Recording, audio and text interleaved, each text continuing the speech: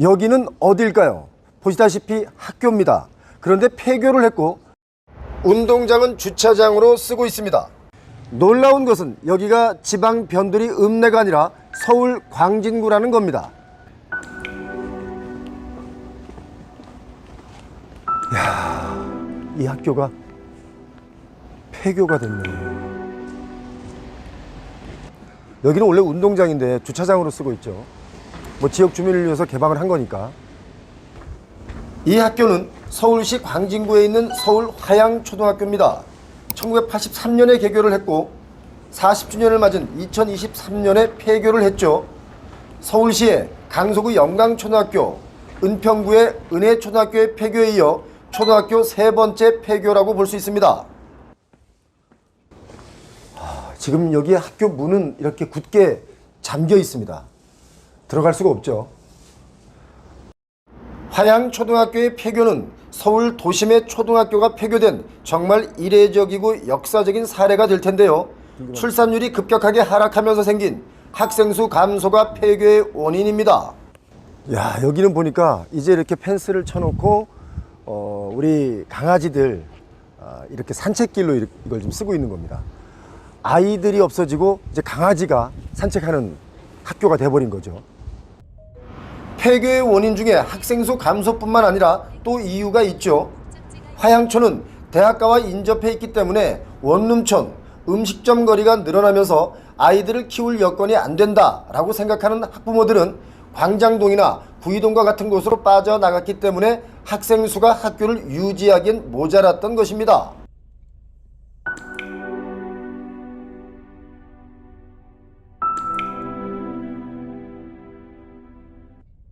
화양초등학교 근처에는 청년층, 대학생들과 노년층이 많이 거주하는데요. 아이들을 키우는 중간 연령 세대들이 줄어들면서 중간 연령층의 공백이 생긴 것이다, 이렇게 봐야 됩니다. 정말 더 큰 문제는 출산율이 급락하면서 앞으로 폐교가 계속 늘어날 수 있다는 겁니다. 24년에는 서울 도봉고등학교, 덕수고등학교, 성수공업고등학교가 폐교될 예정입니다. 화양초 폐교로 인해서 화양초 인근 주거지역은 청년층과 또 노인 1인 가구 중심으로 아마 거주하게 될 것이다 라고 저는 보고 있는데요. 그렇게 되면 앞으로는 이 지역은 다른 곳에 비해서 보증금은 좀 낮고 월세 중심의 부동산 시장이 될 가능성이 매우 높아졌습니다. 대표님, 그럼 화양초등학교 땅은 어떻게 하면 좋을까요? 혹시 아이디어 있으세요? 어떻게 하면 좋겠어요? 아파트 지으면 좋을 것 같은데요. 아파트 인구가 줄어드는데 아파트만 지으면 뭐 그야말로 소는 누가 키웁니까? 저는 그냥 일단 그 지역 주민 여러분들께서 선호하는 시설로 활용하는 것이 좋겠다, 이런 생각을 해봤는데요. 예를 들면 뭐 주민 운동 시설이랄지 아니면 아예 다 부수고 공원을 만든다든지 하는 게 좋다라고 저는 생각을 해봤습니다. 뭐 그럴 리도 없겠지만 이 땅을 공개 매각해서 뭐 개발자들의 손에 들어가게 되면 여기가 또 무슨 뭐 하이엔드 주거시설을 짓는다는 둥 하면서 국민 전반적인 삶에는 도움이 안 되는 시설이 들어오게 되는 것은 저는 좀 반대입니다. 그래도 아파트를 지으면 주택 보급에도 좋은 거 아닙니까? 그럼 서울 빈 땅에 아파트만 지으면 사람들은 사는데 진짜 일은 어디 가서 합니까? 서울엔 그냥 다 아파트만 짓습니까? 뭐 동탄 같은 곳이 일자리가 많이 생기니까 일은 동탄 가서 하고 잠은 서울에서 자면 뭐 서울 집값은 잡을 수 있겠네요. 그죠? 나중에 폐교가 우려되는 서울 지역으로는 어떤 곳이 있을까요? 뭐 많이 있죠. 그런데 사람들은 생각하지 못한 곳도 폐교가 나올 수 있습니다. 강남구도 폐교가 나올 수 있다고 봐요. 에이, 그건 말이 안 된다고 보는데요. 네? 강남이 그럴 리가 있나요? 제가 영상에서 뭐 여러 번 말씀을 드렸었는데요. 강남에 한번 가보시기 바랍니다. 직접. 뭐 술집 많은 곳 그런 곳 말고 아파트 쪽에 가보시면 정말 어린이들을 볼 수가 없을 정도다, 이 정도입니다. 강남의 아파트 값이 비싸다 보니까 전부 어르신들만 거주하는 경우도 많이 있습니다. 그리고 강남구 중에도 역삼동 쪽의 경우는 대형 건물들이 많이 있고 직장인들이 많이 있다 보니까 그래서 1인 가구가 또 많이 거주하고 있지 않습니까? 그러면서 또 유흥가도 많잖아요. 그래서 어느 초등학교의 경우는 학생 수 부족으로 인해서 폐교가 될 가능성이 높아진 곳도 지금 있습니다. 강남의 대형 빌딩들이 자꾸 들어서니까 뭐 발전한다라고 보는 분들이 있겠지만 독이 든 술잔을 마시는 것과 같다라고 저는 보고 있습니다. 왜냐하면 2종, 3종 주거지역도 뭐 기부 체납을 하게 되면 상업용지로 용도를 좀 풀어줘서 고층 빌딩을 짓게 하고 또 거기에는 1인 가구들이 살 수 있게 오피스텔을 짓게 하는 경우가 많지 않습니까? 그러다 보니까 강남 땅은 녹지가 그렇게 많지 않습니다. 기부 체납을 받을 거라면 땅으로 기부 체납을 받아서 그 기부 체납 받은 땅만큼 녹지가 생기면 좋은데 어떤 곳은 땅으로 기부 체납 받는 게 아니고 돈으로 받기 때문에 돈으로 받아서 용적률을 올려주니까 오히려 용적률을 올린 그 사업자는 엄청난 이익이 생기는 거지 않습니까? 지금 막 그런 식으로 다들 개발이 되고 있기 때문에 녹지가 좀 많이 부족한 건 사실입니다. 그리고 뭐 하이엔드 오피스텔이라고 해서 아주 비싸게 분양하는 것도 이게 강남 땅이라고 비싸게 사서 또 비싸게 분양을 하기 때문에 공실이 생각보다 많습니다. 강남에 가서 그런 하이엔드 오피스텔 한번 구해보세요. 오늘 가면 오늘 구해서 오늘 입주할 수도 있습니다. 그 정도로 비어있는 곳이 많습니다. 그럼 특정한 지역에 특정한 연령들이 집중되어 있다거나 또는 특정한 지역에 특정한 계층이 집중적으로 거주하게 되면 결국에는 다양성을 상실하기 때문에 자멸될 수가 있다라고 저는 봅니다. 앞으로는 어르신들도 살기 좋고 또 자녀를 키우기도 좋고 전 연령층이 좀 골고루 살 수 있는 곳이 뜰 겁니다. 그런 곳이 앞으로도 아파트 값도 많이 올라갈 거예요. 그리고 앞으로 폐교들도 정말 많이 나올 거라고 보이죠. 이미 지방은 폐교가 참 많습니다. 어떤 분들이 지방에 폐교를 매수하는 것을 어떻게 보느냐라고 제게 물어보시는 분들이 많은데요. 폐교를 매수해서 하려고 하는 일들의 대부분이 뭐 숙박시설이나 또는 그냥 사놓고 있다가 나중에 부동산 가격이 오르면 되팔면 되지 않나, 이익을 보지 않나 해서 물어보시는 분들이 많이 있습니다. 뭐 나쁜 의견이라고 보진 않지만 요즘은 그냥 그렇게 해서는 그 역시 망하기 쉽다 이거고요. 또 관리하는 것도 어려워질 수가 있기 때문에 폐교도 먼 지방의 경우는 크게 제가 폐교를 매수하라고 권하지는 않습니다. 폐교의 위치가 뭐 대도시 주변이라면 애견 카페, 뭐 글램핑장 또는 미술관 또는 카페 뭐 이런 곳으로 바꿔서 성업을 할 수는 있다고 보는데 멀리 있는 곳은 폐교도 좋은 땅이 아니다 그런 생각이 듭니다. 자, 오늘 이야기는 제가 서울에도 폐교가 나올 정도로 이제는 인구가 확연히 줄어들고 있다는 것과 또 그것은 아파트 값이 뛰어서 자녀를 키우는 장소로서 서울에 남기에는 더는 견딜 수 없는 사람들이 많아졌다 이렇게 봐야 됩니다. 고물가 시대에 출산율은 점점 더 낮아지고 있는데 부동산 하향 안정화가 이루어져야 그나마 물가도 잡고 출산율도 높일 수 있다라고 저는 봅니다. 동탄이 또 미쳤습니다. 이거 사실입니까? 혹시 또 계약 취소되는 건 아니죠? 이런 논란이 있던 동탄의 아파트 가격, 마포의 대장 아파트보다 동탄의 대장 아파트가 더 비싸게 거래됐기 때문에 지금 난리가 났습니다. 여러분들 이 영상 보시고 가만히 한번 생각해 보시는 시간 되시기 바랍니다. 한국경제 김하나 기자라는 분이 기사를 썼는데 기자들 중에는 제가 알기로 이분이 좀 기본적으로 부동산에 대한 생각이 올바른 분이시거든요. 자, 이분 기사를 한번 보겠습니다. 동탄역 롯데캐슬에서 22억 계약이 나왔다던데 정말인가요? GTX 효과가 있긴 있나 보네요. 이게 언제 실거래 뜨나요? 이러다가 계약 취소되는 건 아닌가요? 최근에 경기도 화성 동탄 신도시에서 소문으로만 나돌았던 아파트 거래가가 22억, 이 거래가 확인됐다, 이런 기사를 썼습니다. 이걸 저희도 크로스 체크를 한번 해보니까 일단은 사실로 판명이 됐는데, 물론 한 단지의 한 가구에 신고가를 두고 지역 전체를 말하는 것은 데이터의 무리라고 볼 수 있겠죠. 그런데 이게 왜 이런 매물들이 나오는지 우리가 좀 알 필요가 있습니다. 자, 분석해 보죠. 22억은 지금까지 동탄 신도시에서 최고가 거래입니다. 동탄역 롯데캐슬 전용 102제곱미터 41평이죠. 직전 거래가가 21억이었고 또 그 직전 거래가가 20억이었습니다. 거래될 때마다 1억씩 올라서 거래가 되고 있는데, 자, 이 아파트 분양권 거래는 4년 전에 9억 선에서 거래가 됐었죠. 4년 만에 2배가 넘는 가격으로 거래가 된 겁니다. 경기도 남부권 아파트들의 거래로만 보자면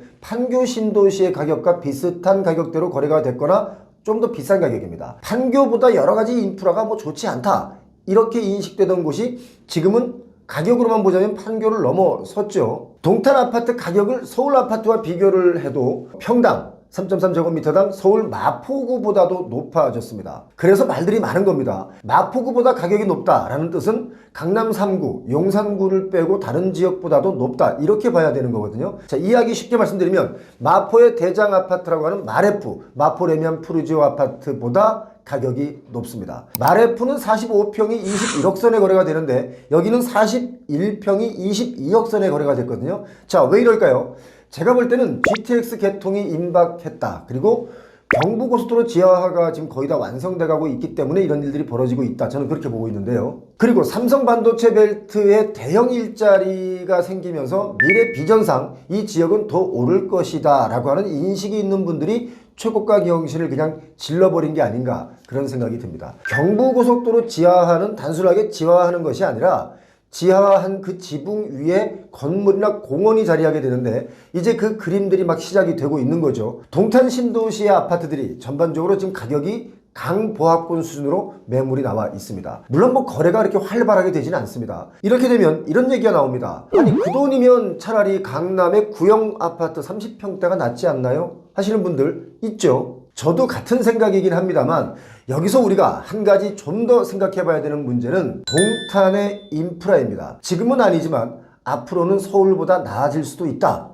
시대가 바뀌고 있다. 시대 자체가 이제는 바뀌고 있다. 이렇게 보시는 분들이 많다는 뜻입니다. 동탄이 뜨면서 갑자기 송도 신도시가 뒤쳐져가는 모습을 보이고 있죠. 물론 거리가 한참 차이 나지만 송도가 뜨다가 살짝 주춤하고 다시 동탄이 지금 막 난리가 나고 있는 상황입니다. 송도 센트럴파크 푸르지오 주상복합 이 아파트는 전용 96제곱미터 그러니까 39평이 매매가가 12억입니다. 얼마 전에 12억에 거래가 됐습니다. 공원도 보이고 바다도 보이는 아주 좋은 단지죠. 송도의 아파트 가격도 뭐 훨씬 동탄이 지금 뛰어넘었습니다. 사람들은 동탄의 신고가 경신을 두고 여러 의견들이 있는데 아니 뭐 동탄이 그 정도로 입지가 좋아? 뭐 저러다가 또 상투 잡고 몇 년 동안 하락하는 거 아니야? 이런 이야기들을 가장 많이 하고 있습니다. 그런데 우리가 또 생각해야 될 부분 이런 거래들이 나올 때 반드시 따라오는 게 있습니다. 뭐냐? 그 인근에 분양하는 분양물들이 나온다는 겁니다. 제가 볼 땐 그렇습니다. 그 분양물들이 나와서 분양이 끝나면 이 최고가 거래는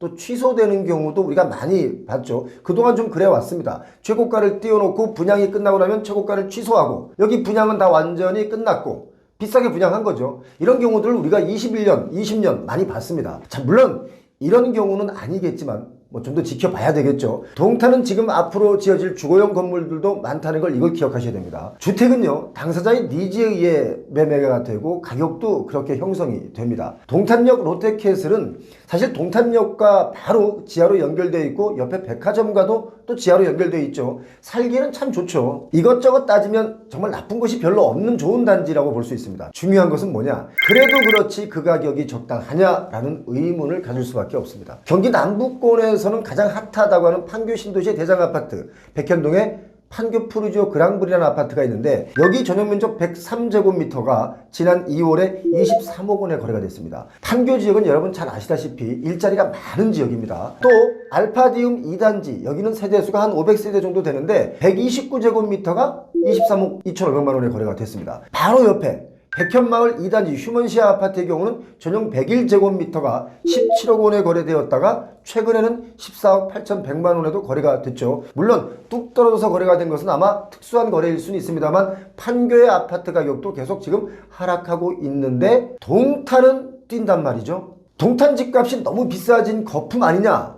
라고 동탄에 사시는 분들께 말을 걸으면 그분들은 이렇게 얘기합니다. 이제 뭐 시작일 뿐이다. GTX 개통 경부 지하화하고 나면 집값이 더 뛸 것이다. 이렇게 얘기를 합니다. 그리고 또 이런 말도 하죠. 서울과 비교하지 마라. 서울에 가는데 몇 분 걸린다. 뭐 이런 거 해서 동탄의 집값을 얘기하지 마라. 동탄 자체로만으로도 발전 가능성이 높다. 이렇게 얘기를 합니다. 뭐 사실 틀린 말은 아닙니다. 최근 몇 년간 일자리와 편리해지는 그 생활 인프라가 동시에 이렇게 늘어나는 도시는 어쩌면 대한민국에서 동탄이 유일합니다. 그렇지만 제가 볼 때는 소득 대비 집값이 너무 고공행진하는 게 아니냐. 또 고공행진하는 사례가 나오면 그것도 시장의 논리이긴 하겠지만 제가 볼 때는 바람직한 건 아니다. 왜? 그 거품에 분명 쓰러지는 집들이 있거든요. 동탄 주변에 생기는 그 일자리들에서 나오는 소득이 수준이 높다고 하지만 그럼에도 불구하고 집값은 안정화가 돼야 되지 않느냐. 제 생각은 그렇습니다. 제목이 세종시 21시 풍경입니다. 좀 이해가 안 가서 말입니다. 라는 제목입니다.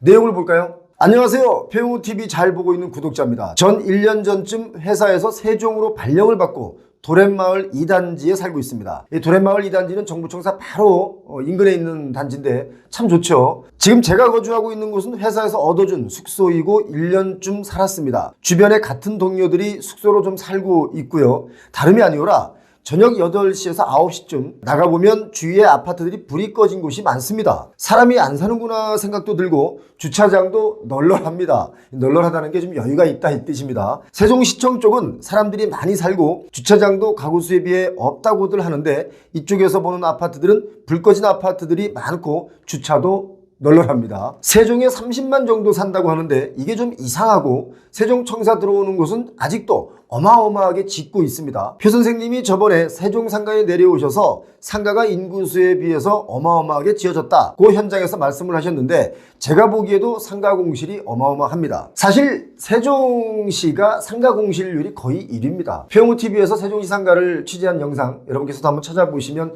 생각보다 정말 심각하다는 것을 아실 수가 있겠는데요. 계속 그 내용을 좀 보겠습니다. 또한 밤에 보니까 아파트 공실도 어마어마하지 않을까 싶습니다. 공실은 아니더라도 사놓고 사람이 안 사는 집들이 너무 많은 거 아닌가 싶습니다. 전국에서 투기하는 분들이나 대전에서 투자하신 분들이 많으신 것 같습니다. 사실 이 부분은 부인할 수 없는 사실입니다. 그렇지 않습니까? 세종시가 뜬다. 세종시의 집을 사면 앞으로 계속 오른다. 라고 해서 실제로도 많이 올랐었죠. 또 많이 내려갔고 또 다시 올라갔죠. 세종시의 부동산 투기가 엄청나게 이루어진 것은 이미 다 알고 있는 내용입니다. 심지어 기획부동산에서 버스를 대절해서 타고 원정 투기를 다닐 정도로 심했던 것은 다 아시는 내용이니까 처음 듣는 내용은 아닌 거죠. 계속 보겠습니다.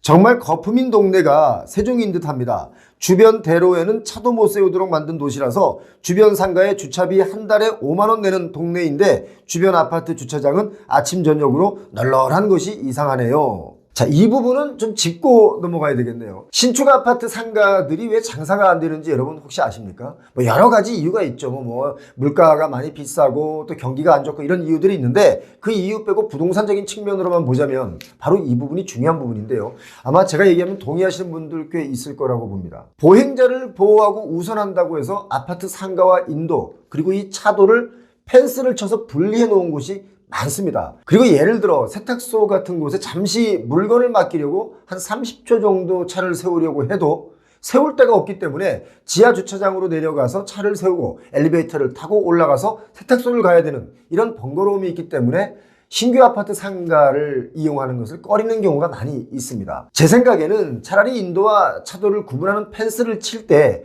도로를 살짝 인도 쪽으로 밀어 넣어서 설계를 하면 아주 잠시 한 1분 이내에 번개성 주차 정도는 하도록 해주는 것이 어떨까? 제가 그런 생각을 해봤거든요. 물론 교통의 흐름에 방해가 된다든지 하면 안 되는 정도의 그 정도의 공간이 들어가야 되겠죠. 요즘은 새 아파트 단지 상가가 아니더라도 웬만한 상가들의 앞에 인도와 차도는 이렇게 펜스로 다 가려놨기 때문에 접근성이 떨어져서 상가의 영업에는 크게 도움이 되지 않는다. 저는 그렇게 봅니다. 그리고 아마 영업하시는 분들도 제 이야기에 어느 정도 공감하실 거라고 저는 믿는데요. 이런 거 사람이 우선인 건 맞습니다만 뭔가 영업, 뭔가 경제가 좀 돌아가려면 이런 것들도 조금 좀 불편하지 않도록 만들어야 되지 않느냐. 부동산적인 측면에서 제가 말씀드려봤습니다. 자, 계속 이분의 얘기를 들어보죠. 제 생각에는 세종이 집이 남아도는데 투기 세력에 의해 너무 많이 오른 것 같습니다. 이곳 부동산 하시는 분들도 어느 정도 책임이 있겠지요. 한번 밤에 방문하셔서 보시는 것도 좋을 것 같습니다. 낮에도 잘 다니시지만 밤에도 사람 사는지 안 사는지 한번 확인차 보시는 것도 도움이 될 것 같습니다. 감사합니다. 이렇게 메일을 주셨습니다. 사진도 함께 동봉을 해주셨는데 이런 메일 주셔서 고맙습니다. 자, 여러분 여기까지 들으시고 무슨 생각이 드시나요? 사진을 첨부해 주신 걸 보니까 시간이 밤 9시입니다. 밤 9시에도 불이 켜져 있지 않기 때문에 이게 빈집인가 하는 의문이 생길 수 있는 거죠. 그런데 이 사진을 찍을 때 그 시간이 언제였느냐 이게 중요합니다. 언제였냐? 자, 금요일 밤이나 토요일 밤에 사진을 찍었다면 빈집일 가능성이 낮습니다. 왜냐하면 공무원분들이 주중에는 근무하고 주말에 다 서울이나 과천에 있는 본가로 갔기 때문에 불이 꺼진 거라고 봐야 되겠죠. 서울역에 월요일 아침 7시 즈음에 가보시면 세종시로 출근하려는 공무원분들이 작은 여행용 그 캐리어 가방을 들고 서 있는 것을 많이 볼 수가 있습니다. 그분들 거의 사실 공무원분들이죠. 자, 반대로 금요일 오후 6시쯤 이후부터는 오송역에 가보면 역시 똑같은 장면을 볼 수가 있습니다. 이제 서울이나 경기도에 있는 자기 본가 집으로 가고 있는 장면들이거든요. 자, 그렇기 때문에 이 사진을 만약에 평일에 찍었다면 그건 빈집일 가능성이 높습니다. 주소지만 옮겨놓고 생활은 하지 않는 빈집일 가능성이 높다 이렇게 봐야 되겠고요.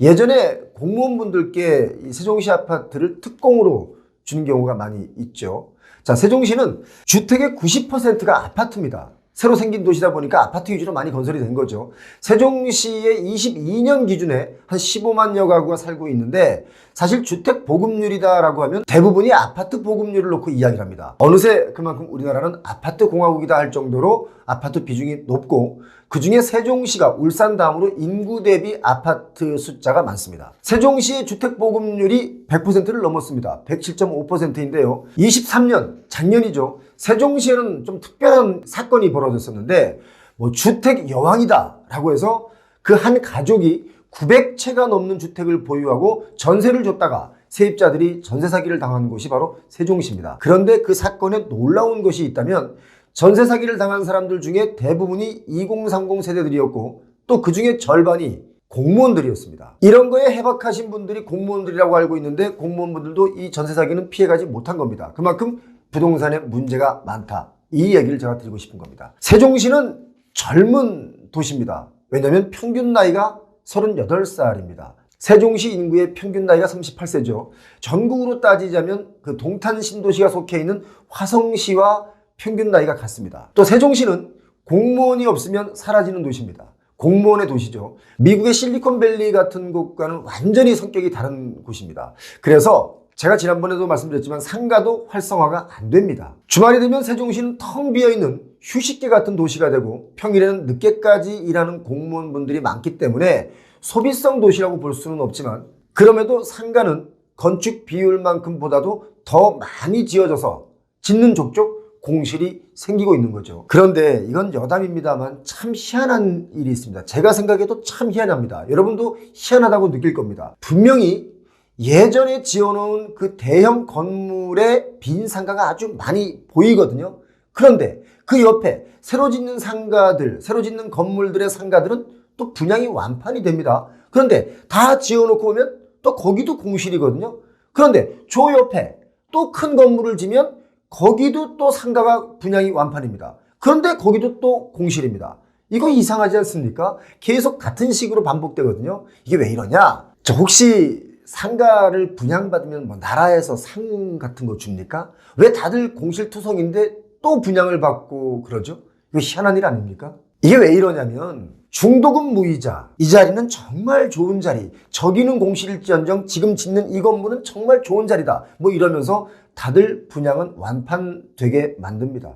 참 신기한 일이죠. 세종시에 불 꺼진 아파트가 많은 이유, 제가 볼 때는 안 팔려서 불이 꺼진 집도 꽤나 있다라고 봅니다. 왜냐하면 새로운 아파트를 분양받아서 이걸 팔아야 되는데 안 팔려서 그냥 빈집으로 있는 경우도 있습니다. 자, 세종시도 제가 볼 때는 이제 아파트 그만 지을 때가 됐다. 인구가 이동할 때쯤 되면 더 지으면 되거든요. 그런데 인구도 이동하지 않는 상황에서 계속 지어대면 공실되는 거 뻔한 거 아닙니까? 아파트 매매 형태를 보니까 실수요자들이 관망하고 있기 때문에 매수자 우위 시장이 지금 계속 지속되고 있죠. 금리가 내려갈 것이다 라는 희망과 금리가 내려가면 사람들이 집을 다시 매수할 것이다. 그렇기 때문에 올해 하반기에는 금리가 내려가고 집값은 다시 오를 것이다 라고 얘기하시는 분들이 꽤 계십니다. 그건 제가 볼 땐 그냥 희망사항이라고 봅니다. 시장은 그렇게 공식적으로 방향을 정해서 움직이진 않죠. 그러면 너무 쉬운 시장 아니겠습니까? 금리가 내려간다고 매수세가 살아나는 시장이 아니라 제가 볼 때는 가격이 내려가야 매수세가 살아날 수 있는 시장이다 라고 봅니다. 지금 거래되고 있는 것을 보면 일부 급매물 위주로 거래가 성사가 되기 때문에 직전 최고가 대비 수억 원씩 하락한 가격들만 거래가 되고 있습니다. 자, 서울 아파트 매매 가격은 작년 10월 이후에 13주, 14주 연속 하락세가 이어지고 있는데 평균적으로 보자면 서울 아파트 올해 24년 거래되는 금액들을 보면 누적 상승률이 마이너스입니다. 서초구가 0.40%, 강남구가 0.21%, 송파구도 0.38% 모두 하락한 상황이죠. 0. 몇 %다 이런 수치 사실상 크게 와닿는 표현은 아닙니다. 너무 적어 보이죠. 전체 평균상 그렇다는 얘기입니다. 거래된 가격들을 보니까 송파구 쪽도 좀 많이 하락했습니다. 방이동 올림픽 선수기자촌 2단지가 2월에 34평형이 18억 6천만 원에 거래가 됐는데 21년 8월에는 최고가 24억 7천만 원에 거래가 되었으니까 그것과 비교하면 6억 1천만 원 정도가 하락 거래된 겁니다. 자, 그리고 23년 9월에도 20억 원에 거래가 됐었죠. 올림픽 기자촌 이 아파트가 올림픽 때 지어졌으니까 지어진 지가 37년 차 된 아파트입니다. 1, 2, 3단지 모두 합쳐서 5,500세대인데 정말 대단지죠. 교통이 아주 좋습니다. 37년 됐으니까 건물은 좀 많이 낡았겠지만 단지 앞에 세상에 이런 곳이 없습니다. 올림픽 공원이 쫙 펼쳐져 있기 때문에 지구상에서 최고의 단지다라고도 볼 수 있습니다. 세계 어느 나라를 가도 이런 큰 공원 앞에 대단지 아파트를 찾는 것은 참 어려운 일이거든요. 그리고 또 재건축을 여기가 추진하고 있죠. 그런데도 중요한 것은 가격은 하락돼서 거래가 되고 있다. 가격이 하락하는 이유, 재건축에 대한 분담금 부담도 있는 거죠. 옛날 생각이 좀 나는데요. 제 친구가 이 아파트로 이사한다고 막 좋아하던 그 모습이 기억납니다. 벌써 그게 37년이나 지났네요. 그때는 새 아파트로 이사 간다고 좋아했었습니다. 자, 강북 쪽 가니까 역시 많이 하락한 지역 하면 노도강 지역을 뺄 수가 없는데 이 지역의 집값 하락세가 다른 지역에 비해서는 좀 더 많이 가파릅니다. 노원구 월계동 월계 센트럴 아이파크 이 아파트가 지난 2월에 35평형이 직전 최고가가 12억 5천만 원이었는데 4억 2천만 원 정도 떨어져서 8억 6천만 원에 거래가 됐습니다. 심지어 최고가 대비 반토막이 난 아파트가 있습니다. 도봉구 쌍문동입니다. 삼익세라믹 18평형이 2억 9,400만 원에 거래가 됐습니다. 이게 21년 9월에는 4억 9,500만 원에 거래가 됐었는데 2억 정도 하락한 거니까 거의 반토막이다 라고 봐야 되겠죠. 심지어 최고가를 달리던 21년에는 경매로 18평이 팔렸는데 그때 경매 가격이 4억 2,390만 원의 경매가가 이루어졌습니다. 그러니까 경매 때보다도 더 하락돼서 지금 거래가 되고 있다. 이겁니다. 경매가도 뭡니까? 그때 당시 경매가도 역시 감정평가가 높았기 때문에 비쌌다. 이거 아니겠습니까? 제가 누차 여러분께 말씀드렸다시피 가격이 막 고점을 찍을 때 경매로 나온 아파트들은 대다수가 감정평가 자체가 높습니다. 그래서 얼마보다 이게 좀 저렴하게 나왔다. 이 말은 맞지 않는 말이거든요. 저렴하게 나왔다 한들 그 아파트 역시 비싼 가격이다 라고 보시는 게 맞습니다. 지금 이렇게 현실적으로 보여주고 있지 않습니까? 이래서 아파트가 최고가로 막 달릴 때 그때 달려들어서 사면 안 된다. 이런 말씀 제가 여러 번 드렸었죠. 자, 쌍문동 삼익세라믹 아파트는요 1988년에 지어졌으니까 여기도 역시 37년 차 된 아파트인데 여기 좀 주차가 불편합니다. 그리고 세대수가 많은 것은 장점일 수 있는데 이게 단점일 수도 있거든요. 1541세대인데 면적 대비 세대수가 많아서 이게 과연 재건축을 하면 재건축이 될까? 이런 의문도 생기죠. 그리고 지하철 4호선 그 쌍문역과 가까운데 직선거리로 한 900m 정도 됩니다. 직선거리로. 역과는 성인걸음으로 한 10분 정도 이상 되는 거리입니다. 자, 그나저나 제가 도봉구 쪽도 자주 가봤는데요. 도심 정비를 좀 해야 되지 않나 하는 생각이 듭니다. 정비를 잘해서 교통 인프라도 좀 더 채우고 생활 편의 시설도 좀 더 채워야 되지 않나 그런 생각을 많이 했습니다. 타 지역의 발전 속도와 여기가 비교하면 30년 전 그대로다 이렇게 보시면 됩니다. 도봉구가 유네스코 보존 지역은 아니지 않습니까? 이제 그만 보존하시고 좀 뭔가 주민들을 위한 생활 편리 시설들이 좀 들어와야 되지 않느냐 이런 생각이 듭니다. 강남 쪽 한번 가볼게요. 강남에서는 지난 2월 16일에 강남구 대치동에 레미안 대치 팰리스 아파트 45평형이 직전 최고가가 48억 8천만 원에 거래가 됐는데 이거에 비해서 4억 3천만 원 정도 떨어진 44억 5천만 원에 신고가 됐습니다. 다른 지역에 비해서 이 대치동의 하락폭은 좀 크지 않지만 강남도 하락을 피해가기는 어렵다. 이런 얘기는 제가 여러 번 여러분께 말씀드렸습니다. 강남이라고 가격이 안 떨어지는 거 아닙니다. 물론 하락폭이 좀 적을 수는 있으나 아직 가늠하기도 어렵습니다. 만약에 더 하락한다면 더 큰 폭으로 떨어질 수 있는 게 바로 강남권입니다. 2012년에 강남구 쪽에 아파트 거래된 것을 여러분 체크해 보시면 금방 알 수 있는 내용입니다. 강남권에서는 세대수가 좀 적은 아파트들이 가격의 하락이 좀 많이 이루어지고 있고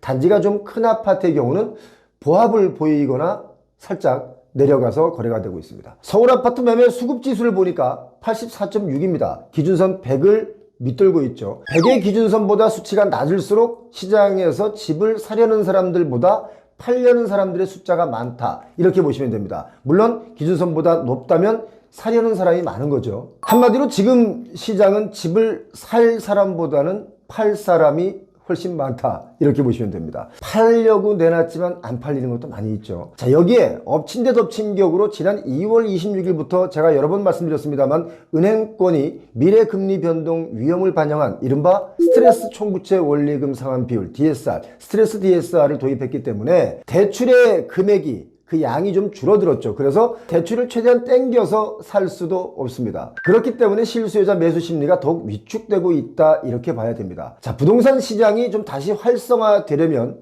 금리가 확실하게 낮아져야 됩니다. 지난번처럼 2% 후반대에서 3% 초반대 이 정도까지는 떨어져 줘야 매수 심리가 조금 올라올 수 있다 이렇게 보고 있고요. 또 금리만 떨어진다고 다시 화랑기가 되지는 않을 것이다. 저는 그렇게 보고 있습니다. 그 이유는 집값이 높아도 너무 높다. 그래서 매수하기 힘들다라고 보는 겁니다. 얼마 전에 통계 자료를 발표했지 않습니까? 직장인들의 평균 연봉에 대한 통계를 발표했는데 그 통계를 보시면 지금 아파트 거래는 그 통계상의 숫자로 그 소득으로는 절대 살 수 없는 가격들입니다. 지금 아파트 가격이 형성되어 있는 것을 산다면 아마도 우리 그 일반 직장인들의 평균 연봉이 5억은 돼야 되지 않을까 하는 생각이 듭니다. 요즘 거래량은 지난달, 지지난달보다는 살짝 좀 더 늘어났습니다. 그렇지만 이걸 집값의 반등 신호다 이렇게 오인하시면 절대 안 됩니다. 제가 집값에 대한 모니터링을 여러분께 계속 해드리는 이유는 크게 세 가지죠. 첫째는 시장의 흐름을 있는 그대로 전달해서 여러분께서 지난 2020년부터 22년 초까지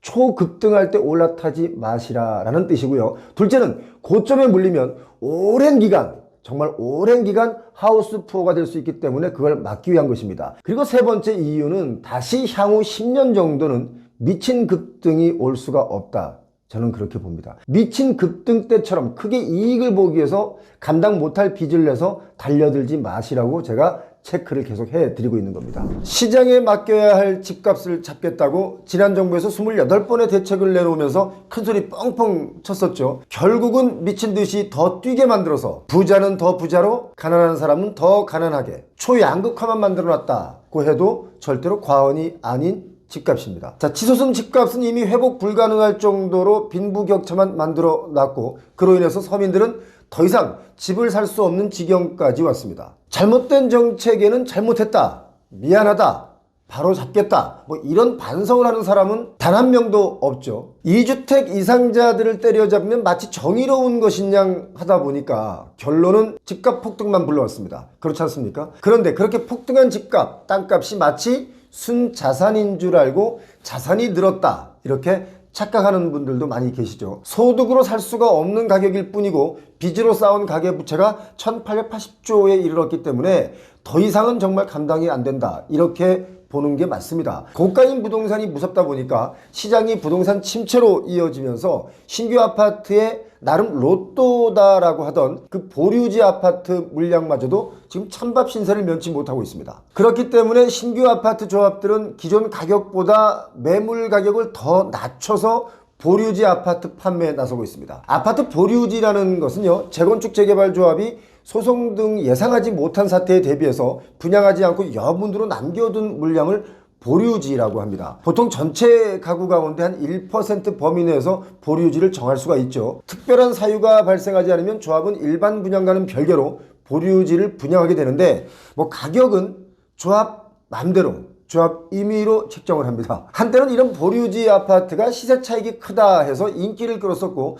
얼마 전에 개포동의 아이파크 아파트 여기도 100만 명이 넘게 몰렸었는데요. 그렇게 몰려드는 이유는 시세 차익이 크기 때문에 혹시나 당첨되면 이건 로또다 해서 다들 청약을 넣었었죠. 그런데 그런 시세 차익은커녕 가격이 더 내려가서 나오는 경우도 발생하고 있습니다. 그만큼 부동산 시장이 지금 어려워졌습니다. 서울시 동작구 흑석 3구역을 재개발해서 지은 흑석자이 전용 84제곱미터가 작년 9월에 16억 5천만 원의 보류지 아파트 13가구를 입찰을 붙였습니다. 그런데 안 팔리니까 다시 올해 15억 7천만 원으로 8천만 원 깎아서 시장에 내놨습니다. 이번 보류지 입찰에는 전용 84제곱미터의 경우가 15가구, 최저 입찰 보증금이 15억 7천만 원이고요. 전용 59제곱미터가 2가구인데 최저 입찰 보증금이 13억 5천만 원부터 정해졌습니다. 여기서 중요한 포인트는 작년에 첫 번째 입찰을 진행할 당시에는 시세보다 분명히 높은 가격으로 이 보류지 아파트 최저 입찰가를 정했습니다. 그때 참 말이 많았었죠. 왜냐하면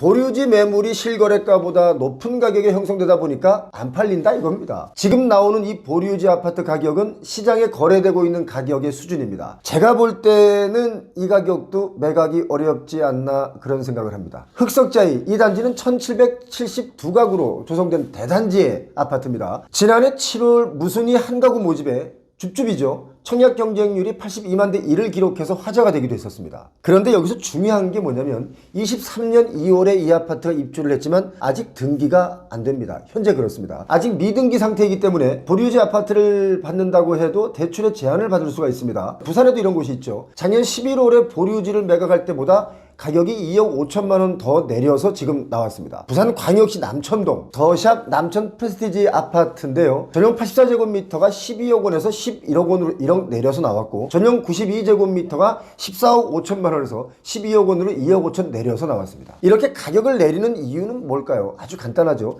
시세보다 비싸게 내놓으면 아무도 안 산다 이겁니다. 요즘 아파트 중에 위치도 나쁘지 않은데 청약에 당첨되고도 계약을 하지 않는 경우가 많은 이유 왜 그럴까요? 너무 비싸게 분양받기 때문에 미래의 이익치가 없다 이렇게 판단되기 때문에 계약을 포기하는 겁니다. 보류지 아파트가 또 워낙 안 팔리니까 매각 공고를 올리는 대신 그냥 동네 공인중개사 사무소에 내놓겠다 이러는 것도 있습니다. 어디냐면 장소가 어딘지 들으시면 깜짝 놀라실 겁니다. 서울시 서초구 반포입니다. 신반포 르엘 2차 여기 조합은요 보류지 매물이 가격을 낮춰도 3차례나 유찰됐습니다. 안 산다 이겁니다. 신반포 르엘 2차 아파트는 제가 생각할 때는 정말 최상의 입지거든요. 고속터미널 앞이죠. 반포대교 옆입니다. 한강변에 위치해 있고 학군, 교통 다 좋습니다. 그런데도 3번이나 유찰됐습니다. 제가 여러분께 좀 신기하고 아이러니한 이야기 하나 해드릴까요? 이렇게 유찰이 돼도 보류지 매각가를 내리지 않습니다. 여기는.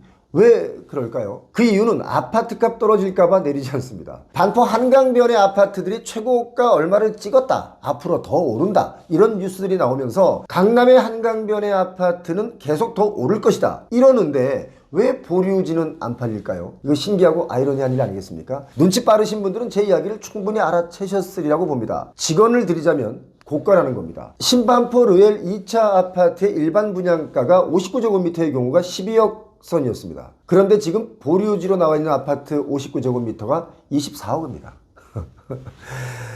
최고가죠. 그래서 안 팔리는 것이고 또 하나의 이유가 더 있다면 현금이 없기 때문이다 이렇게 보시면 됩니다. 어찌어찌해서 빚 내서 집은 살 수 있겠는데 또 이 보류지를 살려니까 현금이 없다 이거예요. 보류지 아파트는 청약과는 달리 낙찰을 받으면 그 수개월 내에 대출 없이 잔금까지 모두 내야 됩니다. 행여나 이런 아파트 보류지가 분양가 상한제가 걸려서 분양된 아파트라면 시세 차익이 정말 많이 크겠죠. 그렇지만 시세 차익이 또 꽤 크다고 해도 역시 현금 부자가 아니면 갖기 어렵습니다. 제가 앞서 말씀드린 것처럼 부동산 폭등으로 부자는 더 부자로 가난한 사람은 더 가난하게 초양극화를 만들어 놨지만 책임지는 사람은 단 한 명도 없습니다. 결국 그 책임 국민들이 고스란히 고통으로 떠안아야 했습니다. 제 말이 틀렸습니까? 이미 치솟은 집값 고점 우리의 소득으로는 이미 회복 불가능할 정도로 빚만 늘어나게 만들었습니다. 내 집 한번 가져보자고 큰 빚을 내서 집을 사는 이유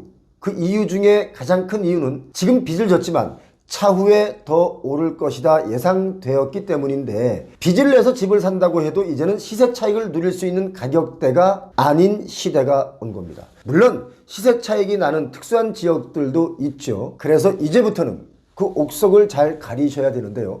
무조건 서울, 무조건 강남은 시세 차익을 누릴 수 없을 수도 있다는 것을 꼭 기억하셨으면 좋겠습니다.